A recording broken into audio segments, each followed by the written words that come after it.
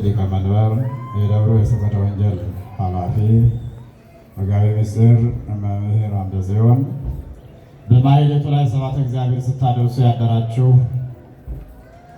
ሊቃውንት፣ ቀድሳችሁ ያቆረባችሁን ካህናት፣ ዲያቆናት፣ ምእመናን ወምእመናት፣ አባቶች፣ እናቶች፣ ወንድሞች፣ እህቶች፣ ሕፃናትን ጭምር በኃያሉ በእግዚአብሔር ስም ሰላም እላችኋለሁ። እንደምን አደራችሁ? ማን ይመስገን? እንደምን ሰነበታችሁ? እንደምን አላችሁ? እንኳን አደረሳችሁ። ዕዳ በደላችን ሳይ የውስጣችን ተንኮል ሳይመለከት ዕድሜ ለንስሐ ዘመን ለፍስሐ አድሎ ከዚህ ዕለትና ከዚህ ሰዓት ያደረሰን በሀብቱ ስቦ በረድኤት አቅርቦ ለቃሉ በቃሉ ጠርቶ በቤቱ የሰበሰበን የአባቶቻችን አምላክ ስለማይነገር ስጦታው ክብርና ምስጋና ይግባው። አሜን በሉ። እናታችን ንጽሕተ ንጹሐን ቅድስተ ቅዱሳን ድንግል ማርያምን ከቅዱሳኑ ጋር ክብርና ምስጋና ይግባት። አመስግኗት። ማን ያስተምረን? ማን ይምከረን? ማን ይባርከን? ማን ይቀድሰን? ይህን አውቀንና ተረድተን እኔም ሆነ እናንተ እግዚአብሔር የሚለንን እንሰማ ባለቤቱ እግዚአብሔር ይርዳን። ኖ ምሳ ብሉ። ኖ ምን ብሉ አልኳቸው? ተናገሩ። ኖ ምሳ ብሉ። ምንም በሌለበት ዓለም ላይ ምንም የሌላቸው ሰዎች ይህ የጥሪ ቃል ሲስተላለፍላቸው ተስፋ ያደርጋሉ። የቃሉ ተናጋሪ የአምላኮች አምላክ የጌቶች ጌታ የንጉሶችም ንጉሥ የሥጋም የነፍስም ፈጣሪ የሆነው የድንግል ማርያም ልጅ ኢየሱስ ክርስቶስ ነው። ኑ ምሳ ብሉ የተባሉት ሐዋርያት ናቸው። ፍጻሜው ለእኛ ነው። አልሰማ እያልን እንጂ ልብ አልል እያልን እንጂ አላስተዋል እያልን እንጂ እየይዘው እየሰዓቱ እየዕለቱ እየደቂቃው እየወራቱ እየሳምንቱ ኑ ምሳ ብሉ ይለናል። ጥሪውን አክብረን መጥተን እንድንመገብለት ማን ይርዳን? ብንመገብ የሚጠቅመን ለእኛ ነው። ብንበላ የምንረካኛ ነን። ብንጠጣ የምንረካኛ ነን። ብንለብስ የሚሞቀን እኛ ነን። ግን ለእኛ ጥቅም ምንጊዜም እግዚአብሔር እኛን ይጣራል። ጥሪውን ደግሞ አንሰማም። ጥሪውን ደግሞ አናከብርም። ጥሪውን ሰምተን መጥተን የምንሰማ ጥቂቶች ነን። እንድንሰማ ግን ማን ይርዳን? አምላካችን መድኃኒታችን ኢየሱስ ክርስቶስ ይርዳን። ኑ ምሳ ብሉ አለ። የዮሐንስ ወንጌል ምዕራፍ 20 ከቁጥር 12 ላይ ተጽፎ የምናገኘው ኃይለ ቃል ነው። ከአንድ ጀምረን እናየዋለን። አምላካችን መድኃኒታችን ኢየሱስ ክርስቶስ ስለኛ ብሎ ስለማን ብሎ ተናገሩ? ስለኛ ብሎ 13ቱን ሕማማተ መስቀል ከተቀበለ በኋላ ራሱን በዘንግ ከተመታ በኋላ የእሾህ አክሊል ከደፋ በኋላ ፊቱን በጥፊ ከመቱት በኋላ ምራቅ ከተፉበት በኋላ መራራ ሐሞት ካጠጡት በኋላ ጎኑን በጦር ከወጉት በኋላ የግርንግሪት ካሰሩት በኋላ እንደገና መስቀል ላይ አውጥተው ሳዶር፣ አላዶር፣ ዳናት፣ አዴራ፣ ሮዳስ በተባሉ ችንካሮች ከቸነከሩት በኋላ ስለኛ መድኃኔዓለም ሞተ፣ ስለኛ ቆሰለ። በእርሱ ቁስል ደግሞ እኛ ተፈወስን። ክብርና ምስጋና ለመድኃኔዓለም ይሁን። ወደ መቃብር ወርዶ በመቃብር ውስጥ 3 መዓልት 3 ሌሊት አድሮ መግነዝ ፍቱልኝ፣ መቃብር ክፈቱልኝ፣ ድንጋዩን አንሱልኝ፣ አፈሩን አውጡልኝ ሳይል በረቀቀ ምስጢሩ ከተነሳ በኋላ ሐዋርያት በክርስቶስ ላይ ይከናወን የነበረውን መከራ አይተዋል። ከማየታቸውም የተነሳ ፈርተው ተበትነዋል። ምዕመናን፣ ሰው እንዲህ ነው። የችግር ጊዜ አንገኝም፣ የመከራ ጊዜ አንገኝም። ወዳጅ ማለት እስከ መጨረሻው ጥግ ድረስ መሄድ ነው። እስከ መጨረሻው መታመን ነው። እስከ መጨረሻው እንድንታመን ማን ይርዳን? አምላካችን መድኃኒታችን ኢየሱስ ክርስቶስ ይርዳን። የክፉ ጊዜ የሚክዱን፣ የክፉ ጊዜ የሚሸሹን፣ በመጥፎ ጊዜ ላይ በችግር ጊዜ ላይ የሚተውን አንድና ሁለት አይደሉም። ትተውን ተበትነዋል። እስከ መስቀል ስር ድረስ እናቱ ድንግል ማርያም ናት እና ከ12ቱ ሐዋርያት አንዱ የሆነው ወልደ ነጎድጓድ ዮሐንስ ነው። ክብርና ምስጋና ለሁለቱ እንዲሆን አመስግናቸው ይመናል። የሚገርም ነው። ሌሎቹ ግን ተበትነዋል። ለምን? ሰዎች ናቸውና ፈርተው። እርሱን የገረፉ እኛንም ይገርፉናል፣ እርሱን ያሰቃዩ እኛንም ያሰቃዩናል፣ እርሱን የሰቀሉ እኛንም ይሰቅሉናል፣ እርሱን የገደሉ እኛንም ይገድሉናል ብለው ተበትነዋል። በሚገርም ሁኔታ ክርስቶስ ከተነሳ በኋላ አንድ ጊዜም ሁለት ጊዜም የትንሣኤ የዳግም ትንሣኤውን እንኳን ገልጦላቸው አሁንም በሽብር ውስጥ ነበሩ። በምን ውስጥ ነበሩ አልኳቸው? በሽብር ውስጥ ነበሩ። ያንቋቋሉ። ምን ይሆን? ምን ይፈጠር ይሆን? ምን ይከናወን ይሆን? የእኛ ሕይወት እንዲለው ምዕመናን አሁንም በእኛ ውስጥ አለ። አሁን በዓለም ላይ በሚሆነው ችግር ምክንያት፣ አሁን በዓለም ላይ በሚከናወነው ችግር ምክንያት አብዛኛዎቻችን እንጨነቃለን። አብዛኛዎቻችን ምዕመናን እንደው ምን ይመጣ ይሆን? ምን ይከሰት ይሆን እንላለን። ግድ የላችሁም፣ ከእኛ በላይ ለእኛ የሚያስብ ማን አለን? አረ ተናገሩ። እግዚአብሔር አለን። ክብርና ምስጋና ለመድኃኔዓለም ይሁን። እግዚአብሔር አለን። እምኀበ አልቦ ሀበቦ ካለመኖር ወደ መኖር አምጥቶ የፈጠረን ፈጥሮ የሚገዛን ምዕመናን እኛ ለራሳችን ከምንጨነቀው በላይ የሚጨነቅልን ጭንቀታችንን ሁሉ የሚያስወግድ የድንግል ማርያም ልጅ ኢየሱስ ክርስቶስ አለን። ክብርና ምስጋና ለእርሱ ይሁን እና ከልፍኝ ተከተው በሩን ዘግተው ሐዋርያት ከአዳራሽ ገብተው ደጁን ዘግተው በፍርሃት ቆፈን ተይዘው በተቀመጡበት ነበረ። ረሃብ መጣ ይላል። ምን መጣ? ምዕመናን የሰማችሁ ነው። እግዚአብሔር ሁላችንንም ይስማል። ዝም ብሎ መጫጫህ እንዳይሆን ብዬ ነው። ረሃብ መጣ። ለጊዜው ለሐዋርያት ነው፣ ፍጻሜው ለእኛ ነው። ምዕመናን ረሃብ እንዳይመጣብን ወደ ማን መጮህ ነው? ተናገሩ። እምነ ረሃብ ይስኩናት ነው። አንቺ ክምር አለሽ መስሎሻል፣ ተበልተሻል ነው። ዛሬ ላይ እኛ በልተን ስላደርን ብቻ ሌሎቹ በልተው የሚያድሩ ናቸው ብለን የምንገምት ከሆነ ተሳስተናል።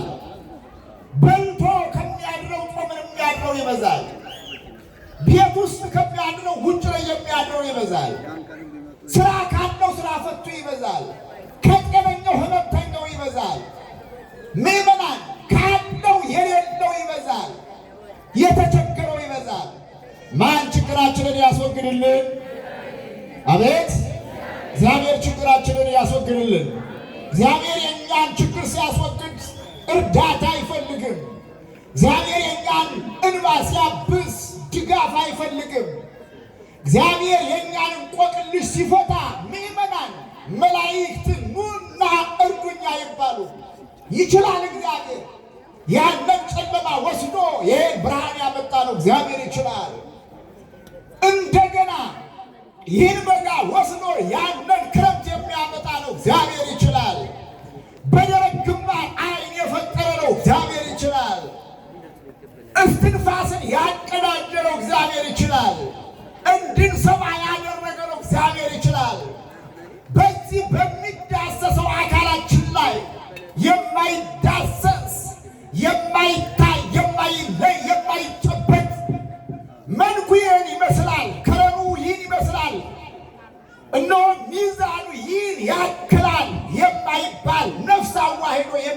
ሊያንቀሳቅሰን ነው። እግዚአብሔር ይችላል። ክብርና ምስጋና ለመድኃኔዓለም ይሁን። ኖ ምሳ ብሎ ኖ ምን ብሎ አልኳችሁ? ኧረ ተናገሩ።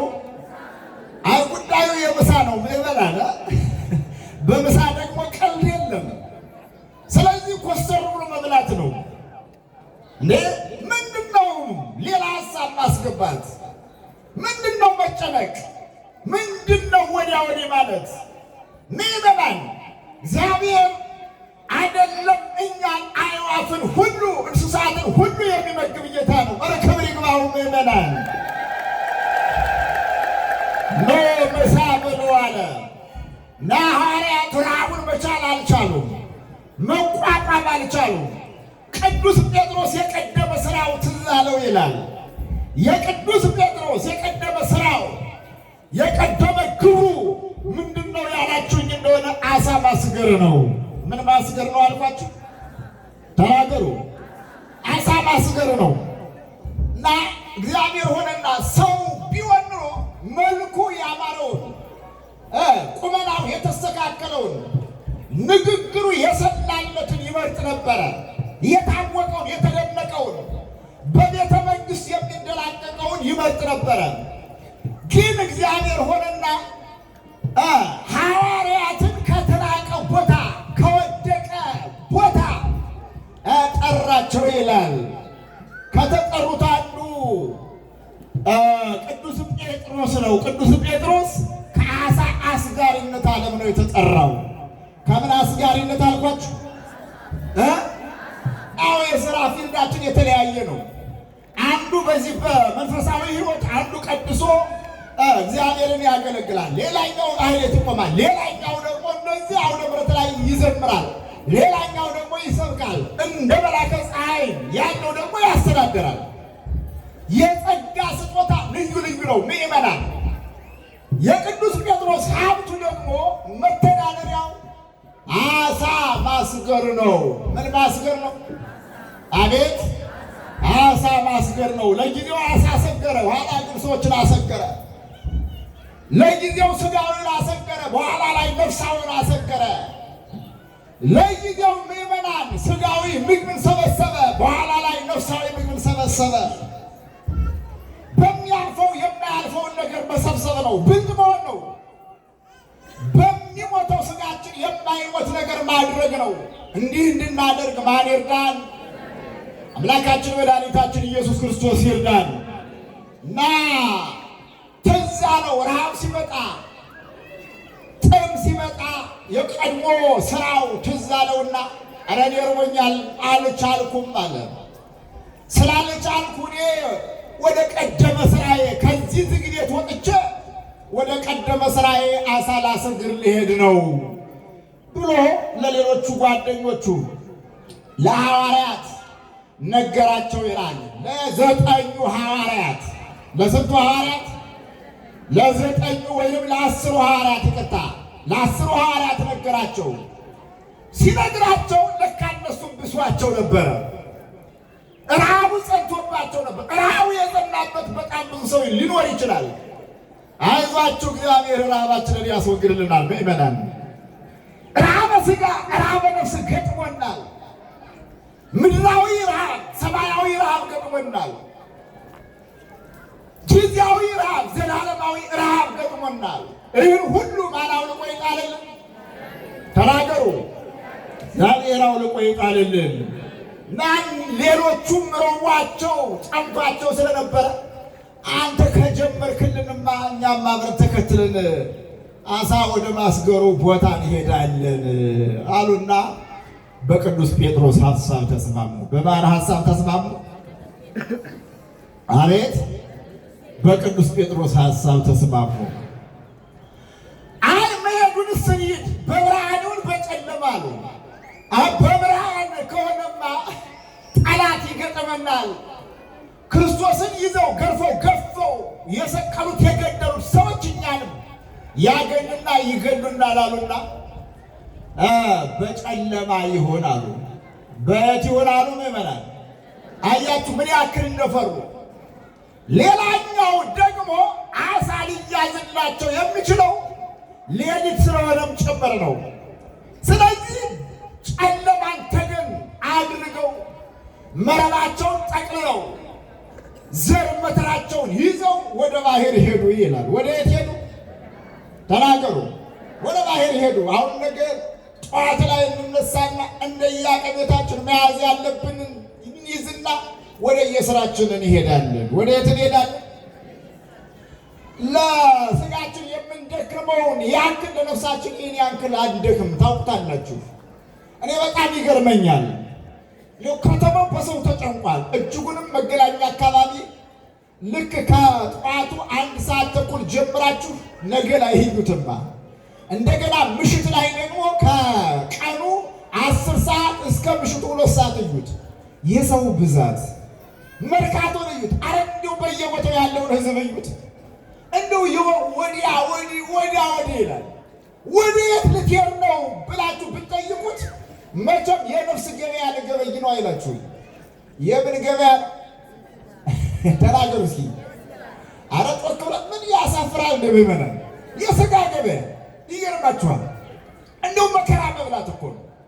ጥሩ ነው መውጣት መውረዱ፣ ማለፍ ማግደሙ፣ መጣር መጋሩ መልካም ነው። ግን ማን ይጨመርበት ምእመናን? ማንን ጋብዘው?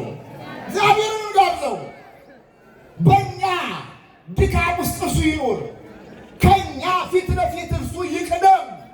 እርሱን አስቀድመን እንድከም። ካለዚያ እየያዙ መልቀቅ ነው። ካለዚያ እያገኙ ማጣት ነው። ካለዚያ እየጨበጡ መልቀቅ ነው የሚሆነው። እና ሐዋርያት ወደ ባህሩ ዘር በትራቸውን ይዘው ሲሄዱ የሄዱት እነሱ ብቻ ናቸው። ከፊት ለፊት ፈጣሪያቸውን አላስቀደሙም። በቃ ትዝም አላላቸው።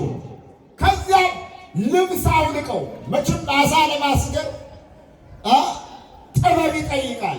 እኔና እናንተ አሁን አሳ እናስገር ብንል አንችልም፣ በተለይ በባህላዊው።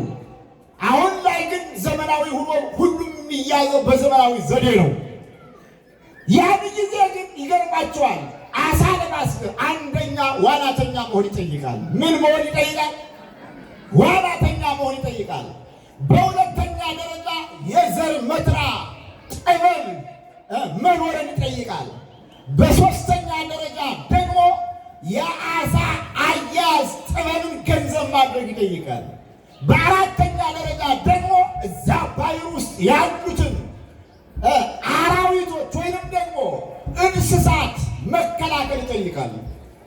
አሳ አንበሪ አለ፣ መርከብ የሚገለበት አዞ ጉማሬ አለ፣ የሚውጥ የሚፈለቅጥ፣ እነኛን ሁሉ መቋቋም ይጠይቃል። ተናዳፊ አውሬዎች አሉ።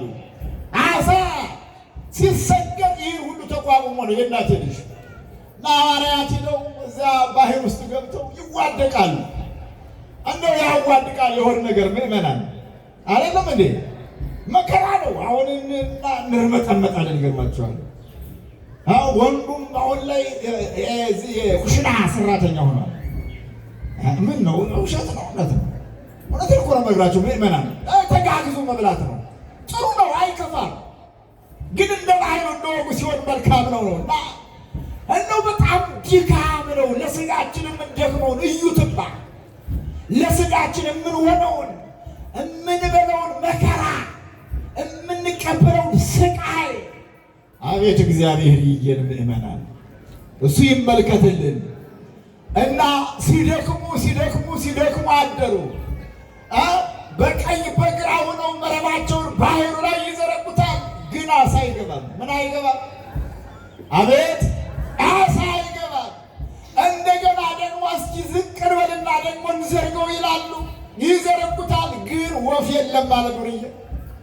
ምንም የለም። ይገርማችሁ እንደው ድካም ብቻ 12 ሰዓት ሙሉ ደክመው ሰማዩ ሲያቅላላ ጨለማው ተወግዶ ብርሃኑ ሊመጣ ሲል ጎህ ሲቀድ ሰማይና ምድሩ ሲላቀቅ ሲነጋ ማለት ነው። ሊነጋ ሲል አይ ከዚህ በኋላማ ጠላት ይመጣል አሉ። ምን ይመጣል? ጠላት ይመጣል። ስለዚህ ምን እናድርግ? ወደ ቤታችን እንሂድ ብለው ከባሕሩ ወጥተው ዘር መትራቸውን ጠቅልለው ከባሕሩ ወጥተው መረባቸውን ጠቅልለው ወደ ቤታቸው ሊሄዱ ሲሉ ድንገት ከባሕሩ ዳር አንድ ሰው ቆሞ ያያቸው ነበር ይላል። እየሰማችሁ ነው ወገኖች? ከቃሉ ጋር ናችሁ? እግዚአብሔር ከሁላችን ጋር ይሁን። የትምህርት ርዕሱ ምን የሚል ነበር? ተናገሩ። አትሰሙኝም? ምን ብሎ? አዎ የምሳ ጉዳይ ነው። እሺ፣ አዎ ከዚህ ወጥተን ምሳ እንበላለን። ምሳችን ያዝዝልን። ይህን ስንበላ ነው ያኛውን የምንበላ። ለሰማዩ ትኩረት ስንሰጥ ነው ምድሩ የኛ የሚሆነው። ለነፍሳችን ስናስብ ነው የሥጋችንን የሚያሟላው። ምዕመናን፣ ትልቁ ዳኛ እግዚአብሔር ነው። ትንሹ ዳኛ ደግሞ ሕሊና ነው። መቅደም ያለበትን ስናስቀድም መከተል ያለበት ይከተላል ነው። ካለዚያ አያያዝ መልቀቅ ነው። ይህን አውቀንና ተረድተን መቅደም ያለበትን እንድናስቀድም ማን ይርዳን? አምላካችን መድኃኒታችን ኢየሱስ ክርስቶስ ይርዳን። ኖ ምሳ ብሎ ና ከዛ አሳ ከሚያሰግሩበት ጥብርያዶስ ባህር ዳር አንድ ሰው ቆመና እንደው ድካማቸውን ያያል። ምናቸውን ያ ድካማቸው፣ መውጣት መውረዳቸው፣ መውደቅ መነሳታቸው፣ ማግኘት ማጣታቸው፣ አሳ አልገባላቸው ብሏቸው መከራ ሲያዩ ይመለከታቸዋል። አረ እግዚአብሔር ይመልከተን ወገኖች። በድካማችን ውስጥ ማን ይግባ? ድካማችንን ማን ይመልከትልን? እግዚአብሔር ይመልከትልን። ተመለከታቸው፣ አያቸውና አዘነላቸው ይላል። ምን አለላቸው? አዘነላቸው፣ ራራላቸው።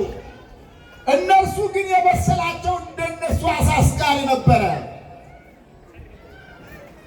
መረቡን ጠቅልላችሁ ይዛችሁ ከምትሄዱ በስተቀኝ በኩል ጣሉት አላቸው። ከባሕሩ ላይ በየት በኩል ጣሉት አላቸው? ይመናል ተናገሩ።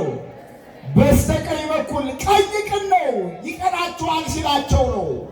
ቀኝ ቀልጣፋ ነው ቀልጥፋችሁ ትይዛላችሁ ሲላቸው ነው። በስተቀኝ በኩል ጣሉት፣ በስተቀኝ በኩል ባሕሩ ላይ ዘርጉት ሲላቸው ሐዋርያት ምን አሉ? እንዴ ሌሊቱን ሙሉ ደከምን አሉ። ሌሊቱን ሁሉ ምን አሉ? አቤት አሁን ስንት ጊዜ ደከምን ምዕመናን፣ ስንት ጊዜ ታከት፣ ስንት ጊዜ ወጣን፣ ስንት ጊዜ ወረን፣ ስንት ጊዜ አለፍን፣ ስንት ጊዜ አገደም፣ ግን የለም ደከምን፣ ሌሊቱን ሁሉ ታከትን፣ ግን ከመረባችን አንድ አሳም እንኳን አልገባም። ከመረባችን አንድ አሳም እንኳን ሊገባ አልቻለም።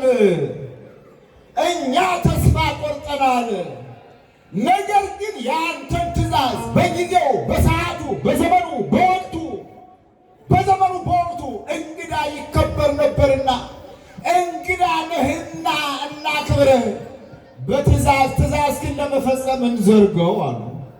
ትእዛዝ ግን ለመፈጸም መረቡን ምን ላይ እንዘርገዋል? ተናገሩ።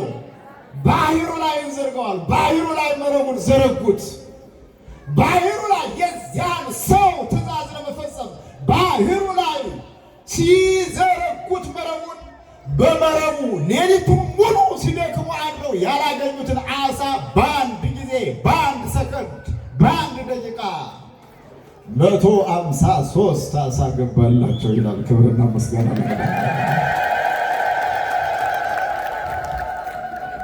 ምዕመናን። ምስጋና ሚስኮል የለውም የስልክ እንጂ እሱም ቀርቷል። አሁን እዛ ነው በደንብ አመስግኑት። ይህ የእኛ የሕይወት ታሪክ ነው ምዕመናን። እኛ ብቻችን ስንደክም እምብዛም የምናገኘው የለንም።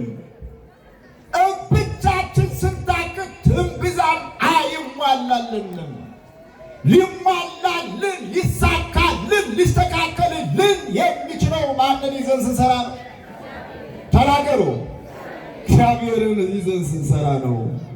153 ዓሣ ከመረባቸው ሲገባ መጎተት አልቻሉም ይላል። መጎተት እስከሚሳላቸው ድረስ ከዚያ በኋላ ነበረ ያዕቆብ ኧረ ጉድ ነው አለ። እንደው ሙሉ ሌሊት እንደክማለን አንድም ዓሣ ሳይገባልን ቀረ። አሁን ግን ይህን ያደረገው ማን ነው አለ። ይህን ያደረገው ማን ነው ሲል ዮሐንስ ጌታ እኮ ነው አለ። ማን ነው አለ? ጴጥሮስም ደግሞታል። ይህን ያደረገ ማን ነው? ጌታ ነው። በማጣታችን መካከል ማግኘትን የሚያድል ጌታ እኮ ነው። ሽባ የሚተረትር ጌታ እኮ ነው። ጎባጣ የሚያቃና ጌታ እኮ ነው። ለምጽ የሚያነጻ ጌታ እኮ ነው። በደረቅ ግንባር ዓይን የሚፈጥር ጌታ እኮ ነው። ብንሞት የሚያስነሳን ጌታ እኮ ነው። ብንታመም የሚፈውሰን ጌታ እኮ ነው። ምዕመናን ብንራብ የሚያመሳን ጌታ እኮ ነው። ለምንድን ነው የማታስተውሉት? ለምንድን ነው የማናስተውልለት? ምዕመናን በእስራኤል ላይ ወይም ለእስራኤል ይደረግ የነበረው ዛሬም እየተደረገ ነው ብንል ማጋነን አይደለም ነው። ምዕመናን ለምን በሉ ታስታውሳላችሁ? ከዛሬ 3 ዓመት ከዛሬ 4 ዓመት በፊት 1 ኩንታል ጤፍ ይገዛ የነበረው በ3,000 ነው። ዛሬ ደግሞ የምንገዛው በ15,000 ነው። በ15,000 ብር ቤት ገዝተን ቤት የምናስገባው ምዕመናን እግዚአብሔር ይባርከውና በልተነው ሰጥተነው ተርፎ እናገኘዋለን። መጋቢያችን ማን ስለሆነ ማለት ነው? አረ ተናገሩ። ክብርና ምስጋና ለመድኃኔዓለም ይሁን። ከዚያ በኋላ ይህን ያደረገ ጌታ ነው አለ።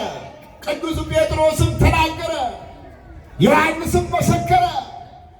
እነሆ ባዶነታችን ያራቀልን ጌታ ነው አለ። እንደገና መረቡን በዓሣ የሞላው ጌታ ነው አለ። ረሃባችን ያስወገደልን ጌታ ነው አለ። ማጣታችን ሁሉ ያስወገደልን ጌታ ነው አለ። ቅዱስ ጴጥሮስ ራቁቱን ነበረና ራቁትነቱን ለመሸፈን ወደ ባሕር ወደቀ። ተነሳና ተረጋጋና ልብሱን ለበሰና መረቡን 153 ዓሣ የያዘውን መረብ እየጎተቱ ወደ ጌታ መጡ። ዝም ብለው አልመጡም። ኑ ምሳ ብሉ ብሏቸዋል። ምን ብሏቸዋል? ምዕመናን ኑ ምሳ ብሉ ብሏቸዋል።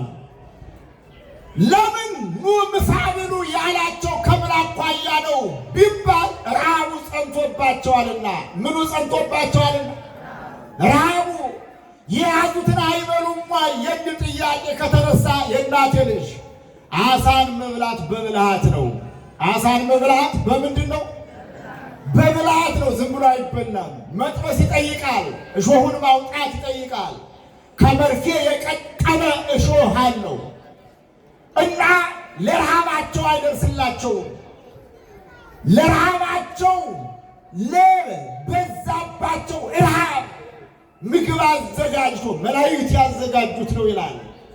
በላይ ምግብ አለ ምዕመናን፣ ተበልቶ የማያስር በላይ መጠጥ አለ ጠጥተውት የማያስጠማ፣ በላይ ልብስ አለ፣ በላይ ዘውድ አለ፣ በላይ መጎናጸፊያ አለ። የብርሃን መጎናጸፊያ፣ የብርሃን መነሳንስ፣ የብርሃን ህለት፣ የብርሃን ድጓን አለ ምዕመናን። የብርሃን መኖሪያ አለ። ከገቡ ማውጣት፣ ካገኙ ማጣት፣ ከተመገቡ መራብ፣ ከለበሱ መበረድ የሌለበት ሌላ ዓለም አለን። ያንን ዓለም ለእኛ እንዲሰጥ የእርሱ መልካም ፈቃድ ይሁን። ኑ ምሳ ብሉ አላቸው። መላእክት ያዘጋጁት ምግብ ነው። አንድም በፀሐይ የበሰለ ምግብ ነው። ያንን በፀሐይ የበሰለውን መላእክት ያዘጋጁትን ምግብ አዘጋጀና ኑ ምሳ ብሉ አላቸው። ሐዋርያትም ያንን 153 ዓሣ እየጎተቱ ወደ ክርስቶስ መጡና ያቀረበላቸውን ምግብ ተመገቡ፣ ምሳ በሉ ይላል። ክብርና ምስጋና ለመድኃኔዓለም ይሁን። ለእርሱም ደግሞ እርሱም መለሰና አንዳች የሚበላ የላችሁም ወይ ሲል ጠየቃቸው። እነርሱም ደግሞ ከዚያ ከያዙት ዓሣ የዓሣ ቁራጭ አቀረቡለት ይላል። ምዕመናን የዓለም ጠባይ እንዲህ ነው። እግዚአብሔር በብዙ ይሰጠናል፣ እኛ በትንሹ እንሰጠዋለን። እግዚአብሔር የማያልቀውን ይሰጠናል፣ እኛ የሚያልቀውን እንሰጠዋለን። እግዚአብሔር ሰማያዊውን ይሰጠናል፣ እኛ ምድራዊውን እንከለክለዋለን። እግዚአብሔር ዘላለማዊውን ይሰጠናል፣ እኛ ደግሞ ጊዜያዊውን እንከለክለዋለን። ምዕመናን ዓይናችን የእግዚአብሔር ነው። እስትንፋሳችን ክርስቶስ ነው። ጆሮአችን የእግዚአብሔር ነው። ጆሮ ኑሯቸው የማይሰሙ አሉ። ዓይን ኑሯቸው የማያዩ አሉ። እግር ኑሯቸው የማይሄዱ አሉ። እጅ ኑሯቸው የማይዳስሱ አሉ። ከአልጋ ላይ ወድቀው ሞታቸውን የሚጠባበቁ አሉ። ስላደረገልን ሁሉ ማን ይመስገን? ኧረ ተናገሩ።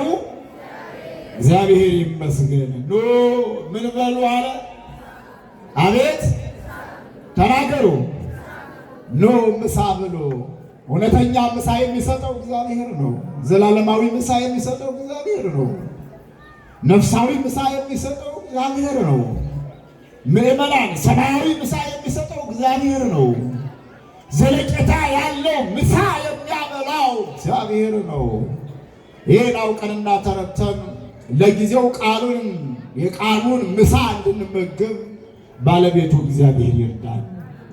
ፍጻሜው ደግሞ ንስሐ ገብተን ቅዱስ ሥጋውን ክቡር ደሙን እንድንቀበል ማን ይፍቀድልን?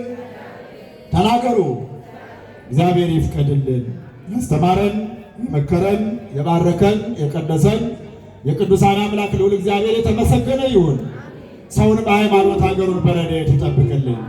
በበሽታ ተይዘው በየጸበሉ በየሆስፒታሉ ያሉትን የታመሙትን ፈውሶ የራቁትንም አቅርቦ የተፈተኑትን ሰብስቦ እነሆ የተራሙትን ሁሉ እንደናንተ በአውደ ምሕረቱ እንዲቀመጡ አድርጎ ምሳ እንዲያበላቸው የእርሱ መልካም ፈቃድ ይሁን።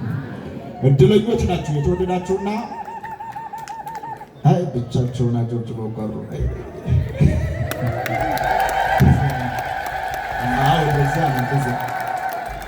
ምሳ አልበላችሁም እንዴ?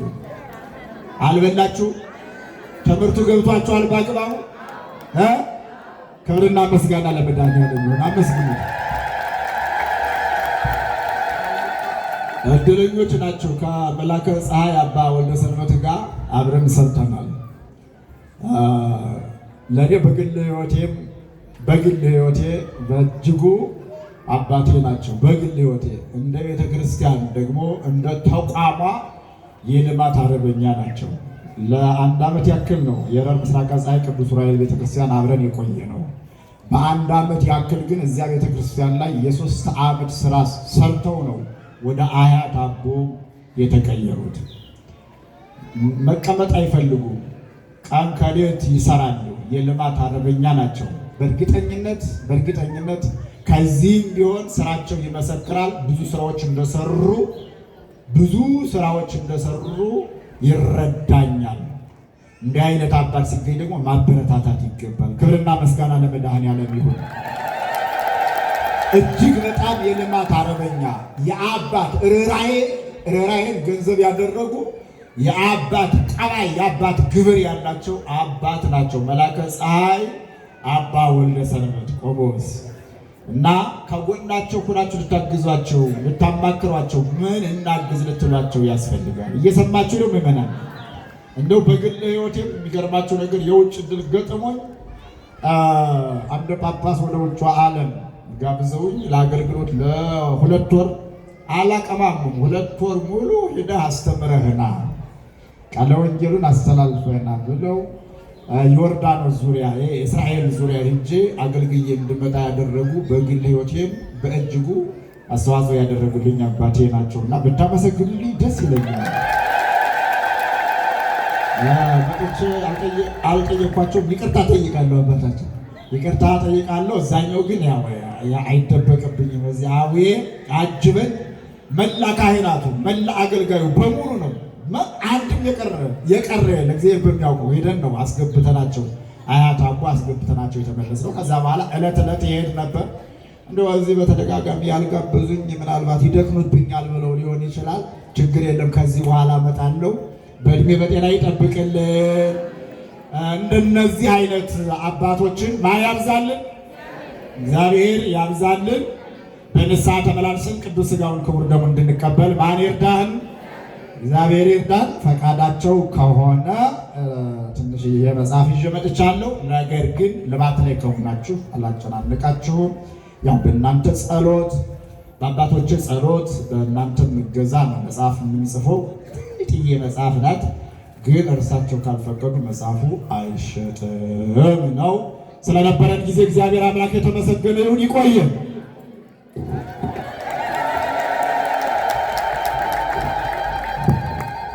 ለመምህራችን ቃለ ሕይወት ያሰማልን፣ ቃለ ሕይወት ያሰማልን። የአገልግሎት ዘመናቸውን እግዚአብሔር አምላክ ይባርክልን። እግዚአብሔርን አመስግኑት። እኛም ደግሞ በተማርነው 30፣ 60፣ 100 ያማረ ፍሬ እንድናፈራ አምላካችን እግዚአብሔር ይርዳን። ገቢ የሆነ በዚህ ሳምንት ማለት ነው የቄስ ግዛው 5000 ብር ገቢ አድርጓል። እግዚአብሔርን አመስግኑላቸው። እንደዚሁም ወለተ ማርያም እና ወለተ ኪዳን 7500 ብር ገቢ አድርጓል። እግዚአብሔርን አመስግኑላቸው። መጋቢ ምስጢር መምህር ስመኝ 34000 ብር ገቢ አድርጓል። እግዚአብሔርን አመስግኑ። ወለተ ስላሴ እንደዚሁም 18000 ብር ገቢ አድርጓል። እግዚአብሔርን አመስግኑ። የማርያም ማህበርተኞች 7500 ብር ገቢ አድርጓል።